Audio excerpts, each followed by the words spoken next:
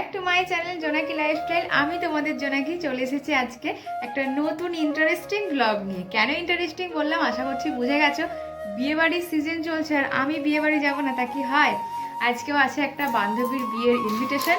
আমি রেডি হয়ে গেছি, তো বড়মশাই রেডি হচ্ছে, তারপর বেরোবো। এখন ঘড়িতে বাজছে ওই 8টার মতো। তো চলো বিয়েবাড়িতে কি করি না করি সবটাই তোমাদের সঙ্গে শেয়ার করব। আর আমার ফাইনাল লুকটাও তোমাদেরকে দেখাচ্ছি, জাস্ট মিনিট।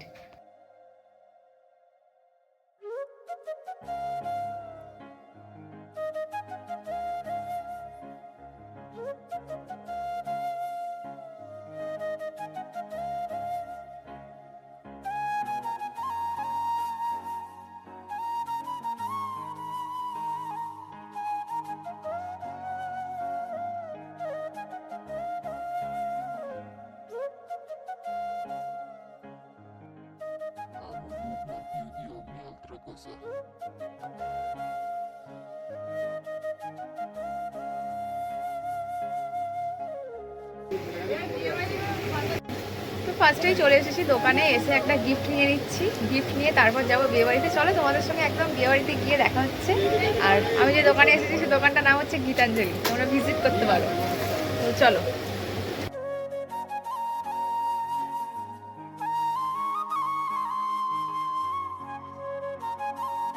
সিঙ্গুরে এখন গেট করেছে, দাঁড়িয়ে আছি। তো ট্রেন যাচ্ছে।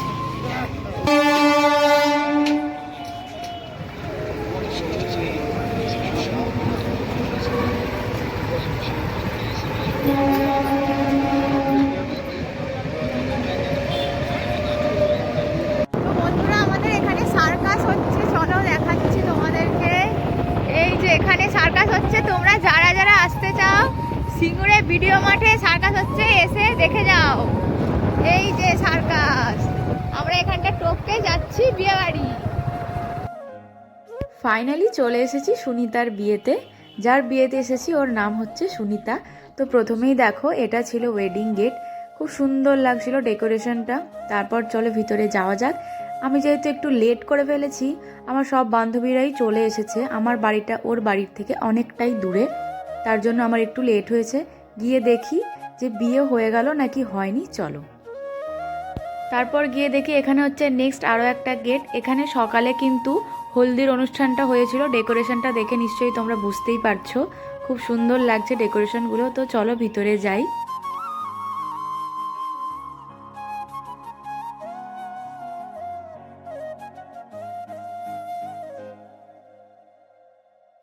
প্রথমে ঢুকেই দেখি সামনে একটা খুব সুন্দর ডেকোরেশন করে ছাদনাতলাটা সাজিয়েছিল।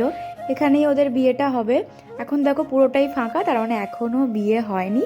আর গিয়ে শুনলাম বরমশাইও এখনও আসেনি, ওর যেহেতু অনেকটা দূরে বিয়ে হচ্ছে। আর এই হচ্ছে আমার বান্ধবী সুনিতা। কি মিষ্টি লাগছে দেখো তোমরা, একদম সুইট লাগছে মুখটা। প্রথমে গিয়ে আমি গিফট দিই এবং এখানে যারা যারা আছে সবাই হচ্ছে আমার বান্ধবী, সবাই মিলে একটু ফটো তুলছিলাম। তারপর সুনিতা দেখো আমার বরকে ডাকছে যে অমিতদা আসো। আমরা তিনজনে মিলে একটু ফটো তুললাম। অনেক দিন পর আমরা একটা ফ্রেমে 4জন স্কুলের বান্ধবী। ফার্স্টে আছি আমি, তারপরে আছে রিয়া, তারপর আছে নবনীতা, আর নেক্সট হচ্ছে রাখি।